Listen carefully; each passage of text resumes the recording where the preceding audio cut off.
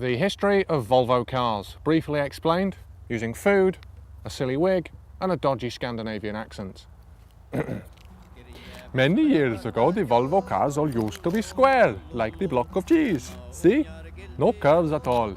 Then the Volvo people realized to keep selling the cars they needed to become more curvy. Like the potato, see? Lots of curves. Happy with the new image? What could possibly be next? Yes, a sexy convertible. So there we have it. The old Volvo, the new Volvo, and the sexy Volvo. It's easy, innit? But is the Volvo C70 Convertible a spicy pepper? Or is it a bit of a dodgy spud?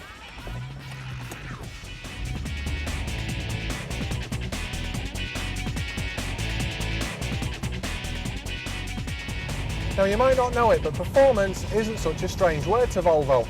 Years ago they successfully rallied the old 240s.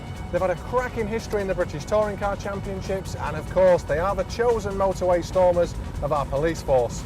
So powering the C70 we get a fairly spicy 5-cylinder turbocharged engine, and that produces just under 200 brake horsepower, but it's enough to get you to 60 in a little over 8 seconds. Just the thing when you need to rush home to watch your favourite Swedish movies. Whereas the majority of today's convertibles are smaller 2-seaters or 2+2s, the C70 is huge and easily seats 4 adults. And that's because it's based on the same platform as the V70 estate, a shape we're more used to seeing from Volvo.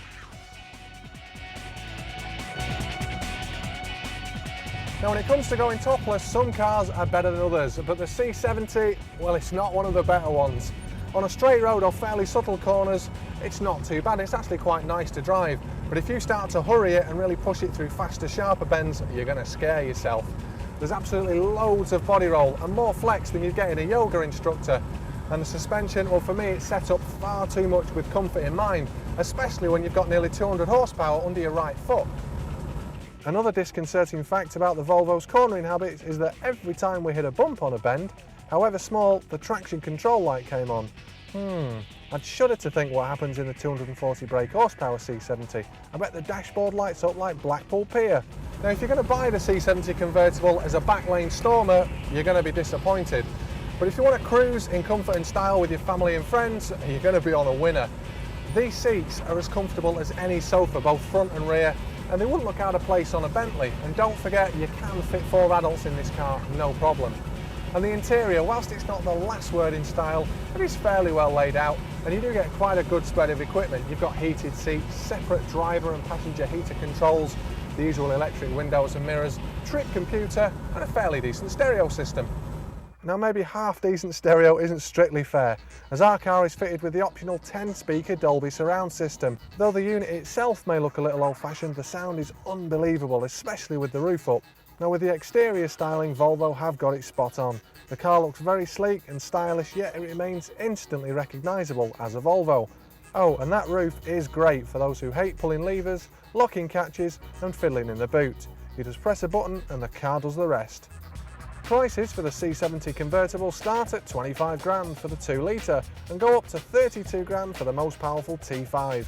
Our car, with all its extras, comes in at 32 grand, and for me, it's the one to go for, as any more power would be less than relaxing, and the stereo and the super smooth auto box make for really enjoyable driving.